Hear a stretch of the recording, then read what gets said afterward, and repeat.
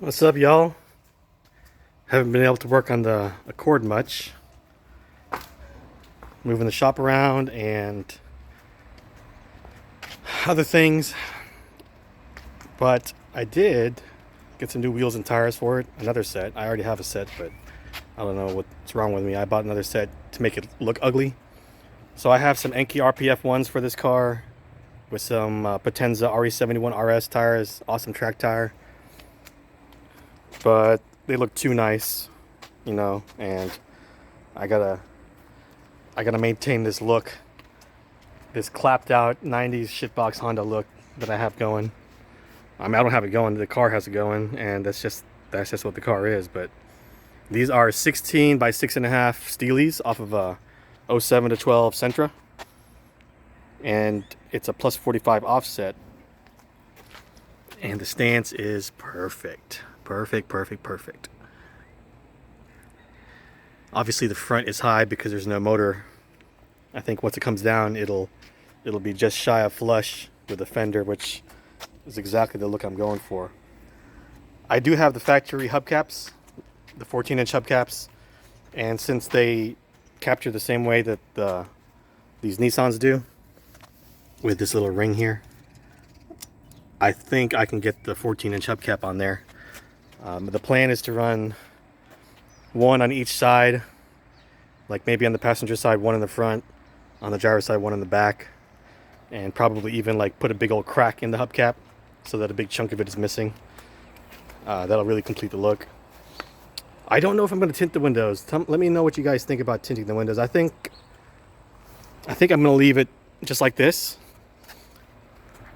What better way to disrespect you than to get beat by this car, and then you can see the guy plain as day laughing at you from that 90s shitbox Honda.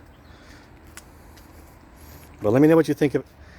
It's not a daily. Well, I don't plan for it to be a daily, but so I don't really need tinted windows in it. This is broken, but I ordered one of these off eBay.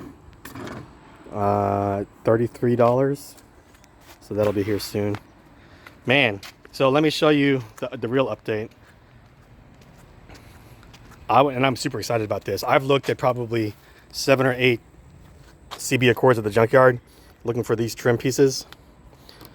Oh look, this one's even. So maybe I should have gotten the rear one also. So I only got the front ones off the junkyard car. Here, let's see if we can get better lighting. This one is intact. The one I had, it's like missing the wiper seal in big chunks everywhere. And I managed to pop this off without breaking any of the clips. So it's actually on there properly, and I'm super stoked about that because actually you can see the window. All these scratches, those scratches are in the glass because it was missing this this polymer seal. So I wonder if this can be polished out. I'm sure there's something out there that I can polish this, or I could replace the glass. I don't know. But we'll take a closer look at the car. So this is not an OEM hood. This was replaced and repainted at some point, but that's part of the look. I like this here. It just looks terrible. And then this is, I think that is a aftermarket front bumper, but the rear is original. On this DX, the trim was originally black, so that's an original bumper.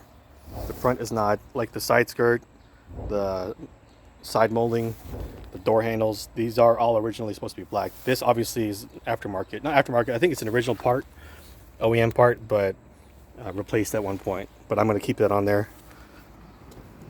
Oh, look at this. This was the power antenna.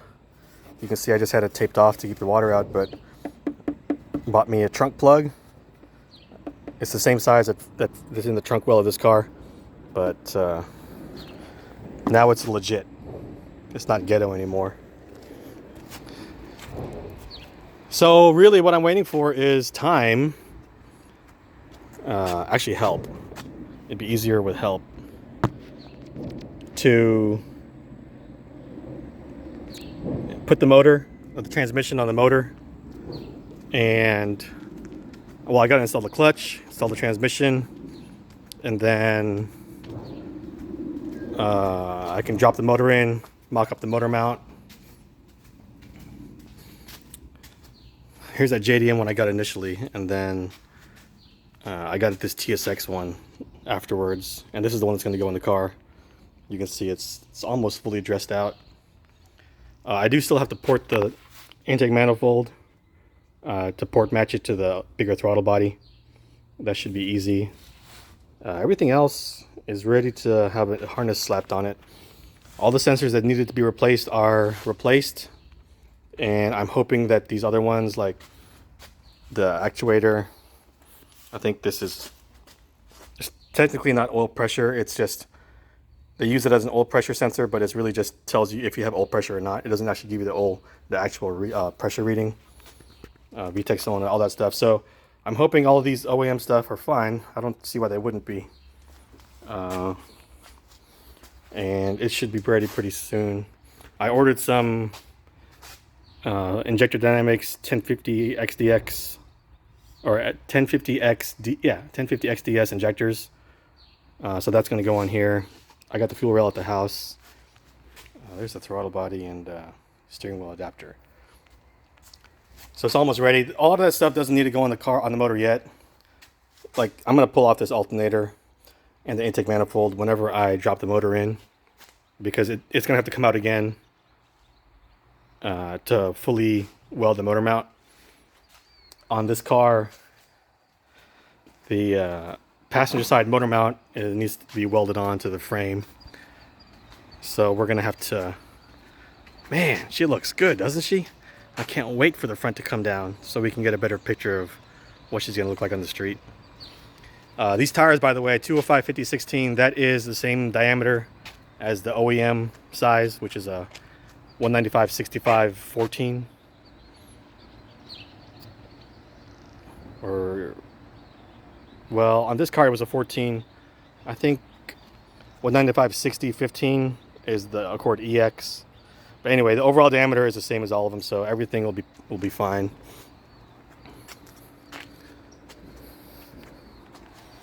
I have some slop in this wheel bearing. If I had the car lifted, I'd show you the slop. It's a brand new wheel bearing, and both sides have a little bit of slop, and I'm pretty sure these wheel bearings aren't supposed to have any slop because these are unit bearings. Oh, you know what?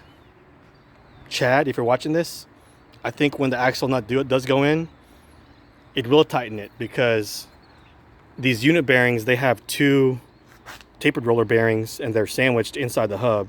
And as you tighten that, I think as you tighten that that axle nut, it'll pull the outer races onto the roller bearings. But anyway, okay, well, that's the update. That's where she's at. She's pretty much ready. So we're gonna go with Link ECU.